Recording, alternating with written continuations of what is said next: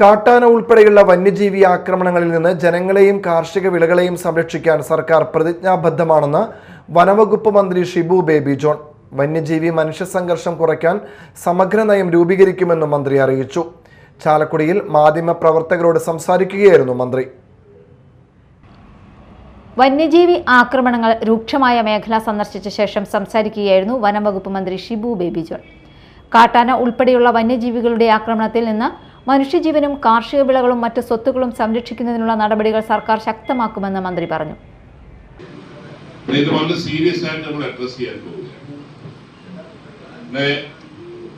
ഇപ്പോൾ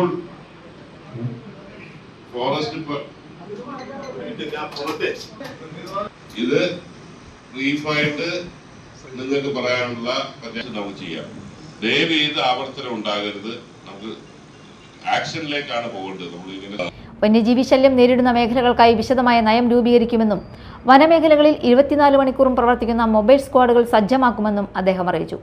വനംവകുപ്പ്, തദ്ദേശ സ്വയംഭരണ സ്ഥാപനങ്ങൾ, നാട്ടുകാർ, ആദിവാസി സമൂഹങ്ങൾ എന്നിവരെ ഉൾപ്പെടുത്തി പ്രത്യേക കർമ്മസേനയും രൂപീകരിക്കും. കാട്ടാനയും മറ്റ് വന്യജീവികളും മൂലം ദുരിതമനുഭവിക്കുന്ന മലയോര കർഷകർ തങ്ങളുടെ പ്രശ്നങ്ങൾ മന്ത്രിയുടെ ശ്രദ്ധയിൽപ്പെടുത്തി.